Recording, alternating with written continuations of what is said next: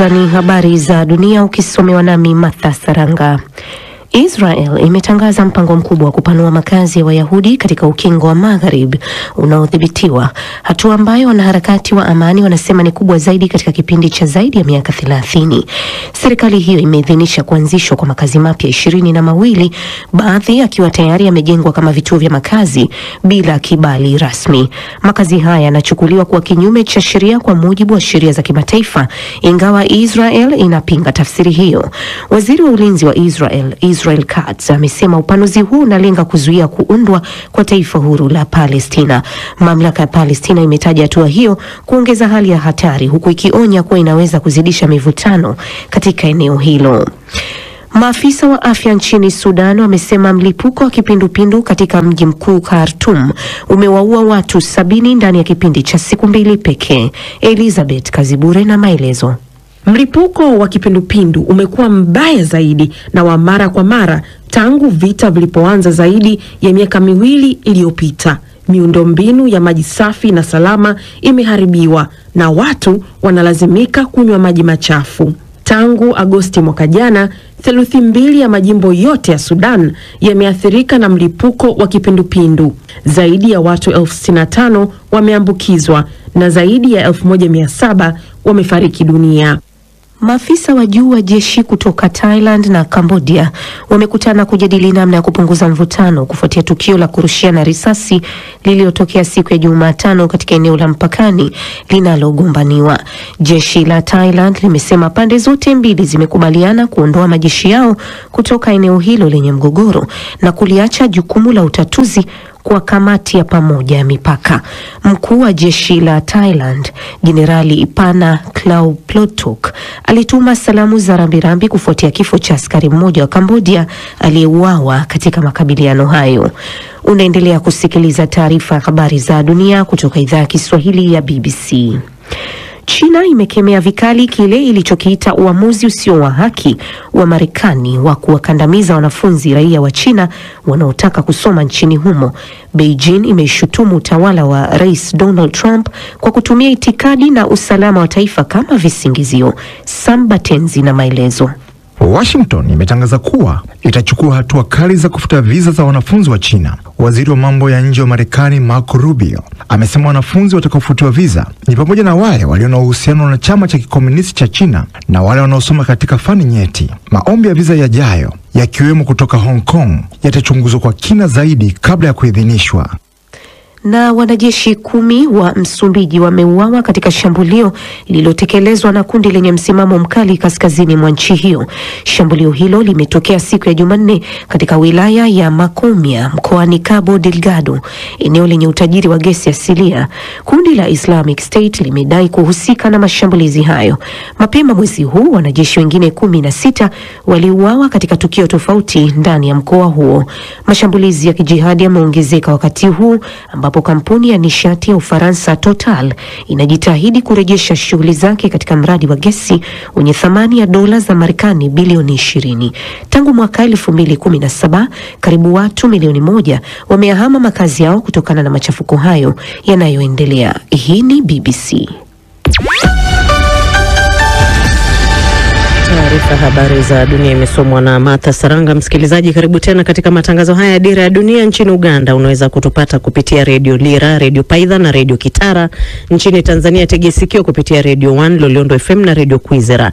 Nchini Kenya tunapatikana kupitia Pamoja FM, Milele FM na Gulf Radio, na ukiwa katika Jamhuri ya Kidemokrasia ya Kongo ni Radio Muungano Beni. Unaweza pia kuyafuatilia kupitia FM kwenye tovuti yetu bbcswahili.com na kwenye ukurasa wa Facebook BBC Swahili. Karibu tena msikilizaji, mimi ni Karorobi nikiwa Nairobi na mwenzangu ni Regina Mzionda akiwa huko Dar es Salaam. Kwako Regina.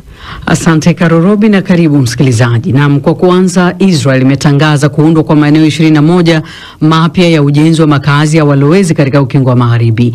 Wanaharakati wanasema hii ni hatua kubwa zaidi kuwahi kushuhudiwa katika kipindi cha zaidi ya miaka 30. Makazi hayo ya walowezi yanayojengwa na Israel katika ardhi ya Wapalestina yanachukuliwa kuwa haramu kutokana na sheria za kimataifa. Victor Kenani anaarifu zaidi. baadhi ya makazi hayo tayari yamejengwa ndani sana ya ardhi ya Wapalestina, lakini sasa yatatambuliwa kisheria chini ya sheria za Israel. Mengine ni mapya kabisa kulingana na waziri wa ulinzi Israel Katz na waziri wa fedha Bezalel Smotrich. Makazi hayo yanachukuliwa kuwa haramu chini ya sheria za kimataifa, ingawa Israel inapinga hili. Ni mojawapo ya masuala yenye utata zaidi kati ya Israel na Wapalestina. Katz alisema hatua hii inazuia kuanzishwa kwa taifa la Wapalestina ambalo lingeathiri usalama wa Israel. Israel imejenga makazi 160 yanayohifadhi takriban Wayahudi 700,000 tangu ilipokalia ukingo wa magharibi na mashariki mwa Jerusalem, maeneo ambayo Wapalestina wanayatamani pamoja na Gaza kwa ajili ya taifa lao litakaloundwa. Serikali tofauti za Israel zilizopita zimeruhusu makazi kuendelea kukua. Hata hivyo, upanuzi huu umeongezeka kwa kasi tangu Waziri Mkuu Benjamin Netanyahu alipoingia madarakani mwishoni mwa mwaka 2022 akiwa kiongozi wa muungano wa mrengo wa kulia unaounga mkono kuchukua makazi zaidi. Makazi mawili, Homesh na Sanur, ni ya kipekee. Yako kaskazini mwa ukingo wa magharibi na kimsingi ni makazi yaliyorejeshwa kwa Palestina baada ya kuhamishwa mwaka 2005 kama sehemu ya kujiondoa kwa Israel kutoka Gaza, iliongozwa na waziri mkuu wakati huo Ariel Sharon. Msemaji wa rais wa mamlaka ya Palestina Mahmoud Abbas, ambaye anatawala sehemu za ukingo wa magharibi ambazo haziko chini ya udhibiti kamili wa Israel, alisema huu ni upanuzi hatari kwa mzozo unaoendelea na akaihutumu Israel kwa kuendelea kuingiza eneo hilo katika mzunguko wa vurugu na kutokuwa na utulivu. Huku haya yakijiri baada ya wizi katika ghala katikati mwa Gaza siku ya Jumatano, shahidi mmoja ameiambia BBC kwamba kwa mara ya pili wiki hii wakfu wa usambazaji wa chakula unaosimamiwa na Israel ulivamiwa kusini mwa Gaza. Mama huyu anayeishi Gaza alisema hakuweza kwenda kuchukua chakula kwa sababu ilikuwa hatari sana kutokana na mashambulizi ya Israel yanayoendelea. Sitasafiri kwenda maeneo haya nikipita kati ya vifusi, kutembea umbali mrefu na mashambulizi ya angani, hata kwenye mitaa ya kusini na katika eneo la Mawasi. Kuna mashambulizi ya risasi kutoka baharini, kutoka ardhini na uwepo wa jeshi la Israel katika eneo hilo. Sitachukua hatua na kwenda huko. Israel inaruhusu misaada kidogo tu kuingia, huku watu wengi wakibaki na njaa na kukata tamaa. Mkazi mwingine wa Gaza aliambia BBC kwamba watu wengi wanakula mlo mmoja tu kwa siku. As you all know, the borders have been closed for over 80 days. Kama mnavyoona, mipaka imefungwa kwa zaidi ya siku 80. Kimsingi tunanunua vitu, ingawa ni nadra sana kupata chakula cha kununua bila kutaja bei za juu ambazo ziko juu ya uwezo wa mtu yoyote. Watu wengi hula mlo mmoja tu kwa siku, 2 ikiwa wanapata bahati. Tunahifadhi mkate kwa ajili ya watoto na hatuli chochote mchana ili tu kupunguza njaa. Kuona watu hivi kunaniumiza moyo. Kile ninachokiona ni mateso kwenye nyuso zao. Ngozi za watoto na watu wazima zimebadilika. Wanaume na wanawake hawawezi kutembea. Huzuni, njaa, hofu zinatufanya tuishi kwa maumivu. Grief, hunger, fear are eating us. Daktari Feroz Sindwa ni mtaalamu wa upasuaji aliyejitolea huko Gaza. Anasema athari za utapiamlo ziko wazi kwa kila mtu kuona. The most important impact was simply the fact that people were seriously malnourished. Athari kubwa ilikuwa ni kwamba watu walikuwa na utapiamlo sana, na maanisha walikuwa tayari na utapiamlo kwa wakati huo wa miezi 15 na 16 kwa viwango tofauti. Hali iliimarika kisha ikawa mbaya tena, lakini kwa kuzuia kabisa misaada ya chakula, haswa bei za chakula sokoni zilipanda sana. Watu walikosa unga, walikosa uwezo wa kutengeneza mkate, walikosa kabisa chanzo chochote cha protini kabla hata sijafika huko, na hiyo inafanya iwe vigumu kwa watu kupona majeraha. Wakati huo huo, waziri wa mambo ya nje wa Urusi Sergei Lavrov amekosoa mashambulizi ya Israel dhidi ya Gaza kama adhabu ya pamoja kwa raia, katika mmoja wa ukosoaji mkali zaidi kutoka Moscow dhidi ya Israel, huku ikiendelea na mashambulizi yake. Victor Kenani, Dira ya Dunia, BBC. Naye rais wa Marekani Donald Trump amesema ataweka muda wa mwisho kwa rais wa Urusi Vladimir Putin kukubaliana na usitishaji mapigano nchini Ukraine. Akizungumza na waandishi wa habari, amesema kwamba ikiwa kiongozi wa Urusi bado atakuwa anamchelewesha, baada ya wiki 2 atachukua hatua tofauti. Jamhuri mwa vyombo na maelezo zaidi. Rais huyo wa Marekani Donald Trump anasema atahitaji hizo wiki 2 kufanya utafiti wao ili kujiridhisha iwapo Rais Vladimir Putin kweli amekuwa akiwapigia chenga tu wala hana nia ya dhati ya kumaliza kwa haraka vita vinavyoendelea baina yao na Ukraine. amemtaka atoe jibu la msingi na la kuridhisha katika kipindi cha muda huo. Trump amempa jukumu la ufuatilizi balozi wake maalum Bwana Steve Witkoff. Je, ni kwa maana kuwa matokeo ya utafiti wa timu yake Witkoff ndiyo yatakayoashiria hatua gani Trump atachukua? Rais Trump ametoa jibu hili kwa waandishi habari. Sisi tutafuatilia na tutajua iwapo anatufanyia danadana au la, na kama ni ubabeshaji tu tutajibu kwa utofauti kidogo, lakini ni kama wanataka kufanya kitu, ila hadi pale stakabadhi zitakapowekwa saini siwezi kuzungumzia zaidi kuhusu hilo, na hamna mwingine atakayeweza kuzungumzia kwa yakini. Ninachosema kwa sasa ni hivi: nimesikitika sana na yale yaliyofanyika siku chache zilizopita, ambapo watu waliuawa siku hiyo hiyo tulipokuwa tunazungumzia swala la kusitisha vita. Hilo limenisikitisha sana sana. Rais wa Ukraine Volodymyr Zelensky na hata wachambuzi wengi wamekuwa wakisema Putin haoneshi dalili zozote kwamba atamaliza vita dhidi ya Ukraine hadi apate atakalo, au Ukraine kwa namna fulani isaidiwe na washirika wake kupambana kiasi cha Putin kuona vita hivyo ni hasara kubwa kwake na malengo yake ya kuirudisha Ukraine kwenye himaya yake yatibuliwe. Lakini hayo yote Trump amekuwa akiyapuuza na badala yake kumkemea mara kwa mara Rais Zelensky, akimtaka akubali tu kushindwa, akidai kuwa kuendelea kupigana na taifa kubwa kama Urusi ni kujitafutia maafa zaidi kwa Ukraine. Hata hivyo, hamna dalili zozote kuwa Ukraine iko karibu kusalimu amri. Na jana ilionekana kupata usaidizi mkubwa baada ya Chancellor wa Ujerumani Bwana Friedrich Merz kuahidi kuisaidia Ukraine kujitengenezea yenyewe makombora ya masafa marefu, akisema itaipa Ukraine nguvu zaidi katika uwanja wa mapigano. Urusi kwa upande wao wamekuwa wakifuatilia kwa karibu matukio yote kuhusiana na uhasama wao na Ukraine, huku wakitoa kauli chache sana ambazo wachambuzi huzitafsiri kuwa na asilimia kubwa ya propaganda kuliko hali halisi ilivyo. Kauli ya hivi karibuni ni ile ya waziri wa mambo ya nje wa Urusi Bwana Sergei Lavrov, ambaye amesema amewasiliana na waziri wa Marekani Marco Rubio na ameshampa mapendekezo muhimu wanayotarajia kuyawasilisha katika duru ya pili ya mazungumzo ya amani na Ukraine yaliyopangiwa kufanyika tarehe 2 mwezi ujao huko Istanbul.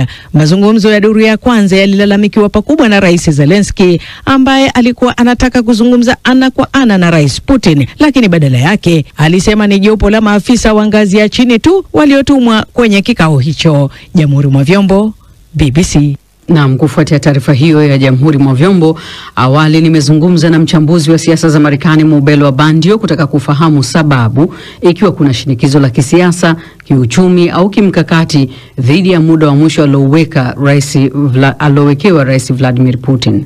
Kumekuwa na shinikizo la kisiasa kwa muda mrefu. Hivi tunavyozungumza tayari zaidi ya maseneta 80 kati ya 100 wamesaini andiko la kuweka masharti dhidi ya Vladimir Putin, lakini azimio bado halijafikishwa hata katika bunge kuweza kujadiliwa na kupitishwa, kwa sababu watu wa Republicans wanajaribu kuhakikisha kwamba kila wanachokifanya kwanza kinapata uungwaji mkono wa Donald Trump. Kwa hiyo wanasubiri hilo, na ukumbuke hii itakuwa ni takriban mara ya 5 kama sio ya 6 Donald Trump anajaribu kuweka shinikizo. Kwanza alisema kwamba angemaliza mapigano kwa saa 24, likashindikana. Baada ya hapo akasema kwamba angeweka vikwazo vya kiuchumi, ambao alifanya hivyo mapema mwezi wa 3, akajaribu tena mwisho mwezi wa 3, akafanya tena mwezi Mei, na ikashindikana. Alafu akatuma mtu Lieutenant General Keglov kwenda kuzungumza, akalazimisha mazungumzo kati ya watu wawili ambao ni Putin pamoja na Zelensky, na akafanya mazungumzo ya moja kwa moja na simu na Putin, na yote yameonekana kushindikana. Kwa hiyo watu wanafikiri kwamba ameshafanya kila ambacho angeweza kufanya kidiplomasia, na kama imeshindikana basi aweke vikwazo kwa kutokuwa na lawama. Unapozungumzia diplomasia Mubelwa, je, matamshi ya Rais Trump dhidi ya Putin yanaweza kuwa na athari gani kwa uhusiano wa kidiplomasia kati ya Marekani na Urusi? Kwanza nilikuwa nikifuatilia vyombo vya habari vya Russia, vimekuwa vikitania kile ambacho amekuwa akifanya, lakini nyakati zote pia kumekuwa kuna vitisho na hajatetereshwa navyo, na kama kuna ambacho kimeonekana zaidi ni kwamba ameongeza mashambulizi katika juma moja lililopita. Kwa hiyo ni kama vile wanamsikiliza, wanavuta muda kama ambavyo nimezungumza, lakini hakuna maendeleo yoyote kuelekea upande ambao Donald Trump anajaribu kuweka vitisho. Naam, si mara ya kwanza hii kwa Rais Donald Trump kutoa vitisho kama hivi kwa Rais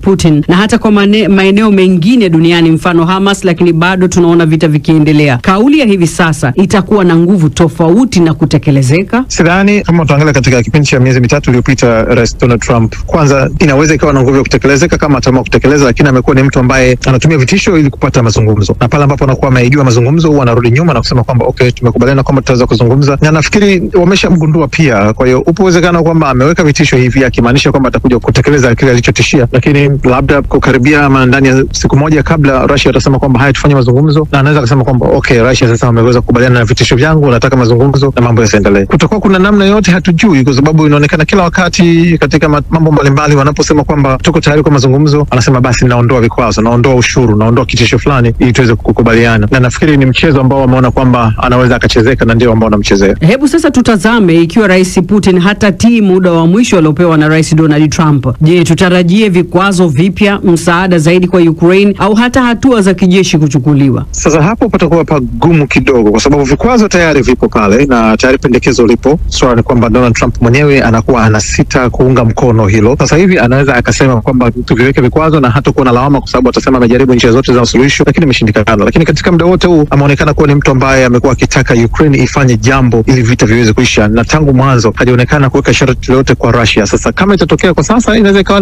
kwa mara ya kwanza, na watu wanachotaka ni kwamba ni kitu gani kitamsukuma Putin kuacha kufanya mashambulizi ambayo hata wao wenyewe Russia wamejinasibu kwamba ni mashambulizi makubwa kabisa kuanza kuyafanya tangu vita hii ianze takriban miaka 4 iliyopita. Je, kauli ama hatua za Rais Donald Trump zinaungwa mkono na taasisi rasmi za Marekani kama Pentagon na Congress, au ni msimamo binafsi wa kisiasa wa rais, au ni mbinu binafsi ya kisiasa ya Rais Donald Trump? Nafikiri kitu kikubwa watu wanatakiwa kutambua ni kwamba katika msimu wa pili wa Rais Donald Trump ameweka watu ambao hawampingi. Ndio tofauti kubwa iliyopo katika na ule muhula wa kwanza. Muhula wa kwanza kuna watu ambao ni watu wa tasnia, ni watu ambao ni professional katika kazi zao, lakini hivi sasa amechukua watu ambao katika lugha nyepesi wanaitwa ni cheerleaders wake, watu ambao wameweka katika Pentagon, waziri wake wa ulinzi, waziri wake mambo ya nje, ni watu ambao hawawezi kusema hapana kwake. Kwa hiyo kauli ya waziri wa ulinzi ndio kauli ya Pentagon. Kwa hiyo naweza ningesema kwamba chochote anachokisema Trump ndio kinakuwa kauli yao, kwa sababu sasa haionekani kwamba Pentagon ama wizara ya mambo ya nje ni wizara zinazojitegemea kumsaidia rais, lakini hapana, ni wizara ambazo ziko pale kutekeleza yale ambayo yanataka yafanywe na rais. Naam, Belwa Bandio ni mchambuzi